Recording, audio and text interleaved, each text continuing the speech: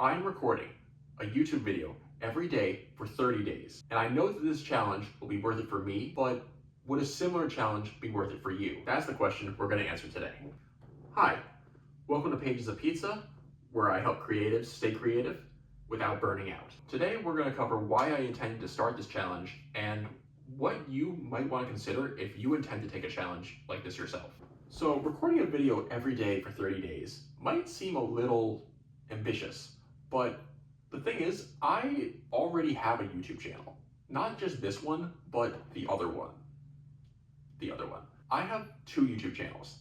This one you're watching right now, and Gaia Phoenix Media, which is a video essay, analytical type channel focusing on games, stories, and general entertainment. So the one thing that has always stopped me from creating videos is simply just sitting down and recording them. I would be fine writing them, I would be fine editing them, I would be fine writing them,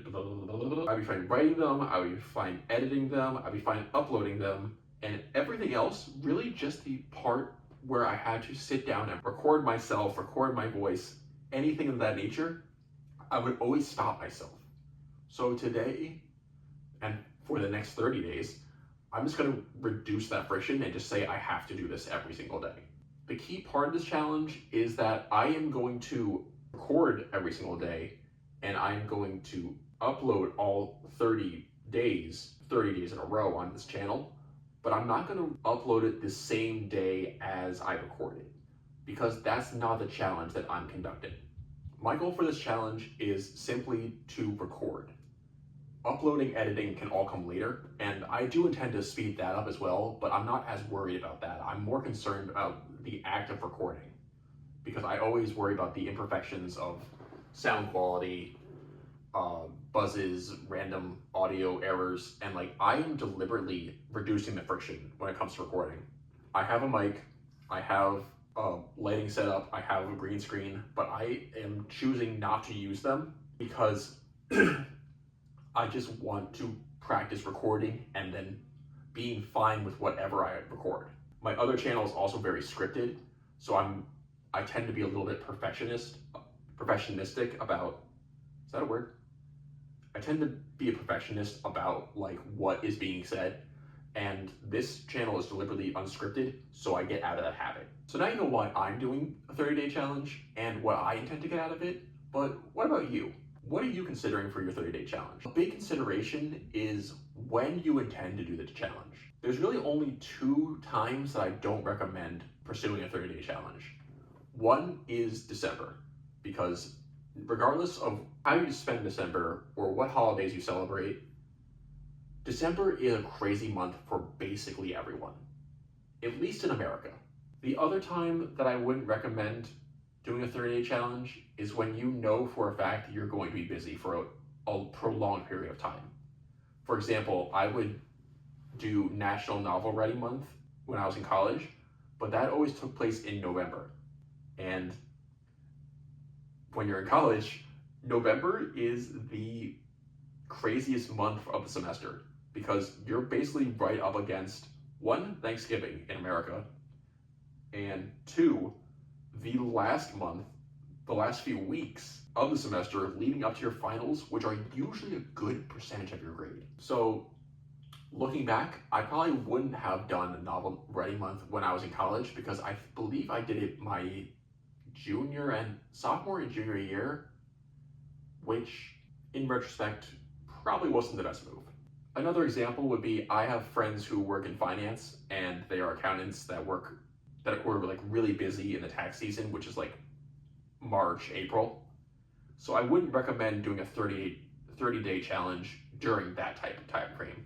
You probably are thinking of the busiest times in your life. So I would recommend identifying those first and avoiding doing the 30-day challenge where it overlaps with that busy period. Other than that, even if you have some busyness throughout the month or within those 30 days really, it's generally worth it to do a 30-day challenge. The key is to not think of it as a goal you have to meet. The way I see it, the goal of a 30-day challenge, or really any challenge like this, the goal isn't to finish. The goal is to start. When I did the writing challenge in college, the goal was to hit 50,000 words in 1 month. That's about writing about 1,700 words a day. And I never actually hit that goal. Shocker. But what I did do was write, in my first year, 29,000 words, and in my second year that I tried, 40,000 words. So that is about 80% of the goal. 60 to 80% really. And the thing is, I probably wouldn't have written any words if I didn't take that challenge.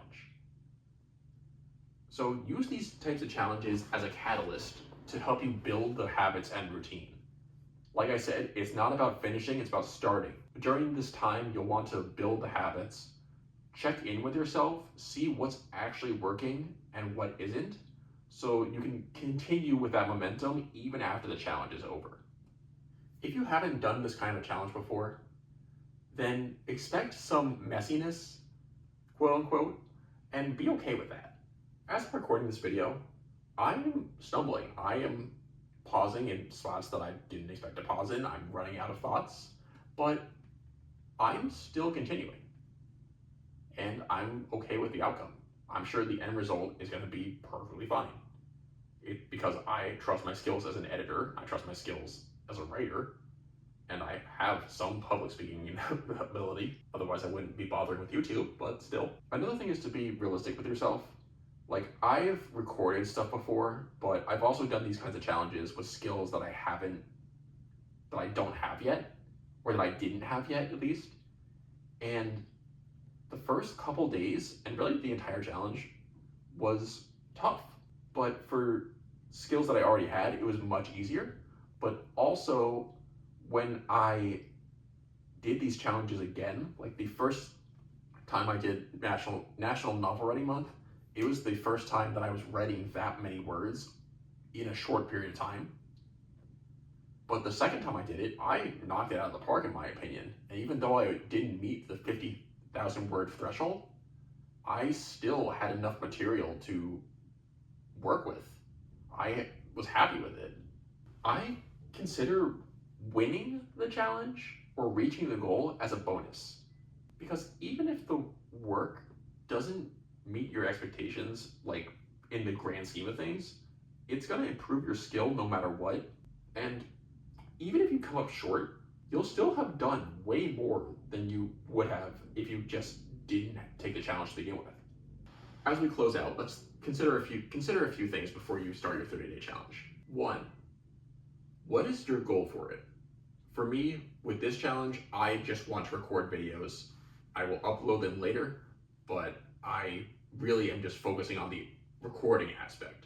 2, what obstacles do you see getting in your way? For me, it was really just setup. I was constantly concerned about microphones, lighting, etc. Having perfect script, perfect talking patterns. That's a word. That's a phrase. All in all, I was uncomfortable with its slight imperfections, even though I know that no one's perfect. A huge part was just overcoming those obstacles by forcing myself to record something every single day. And finally, how can you keep the momentum going after this challenge is over?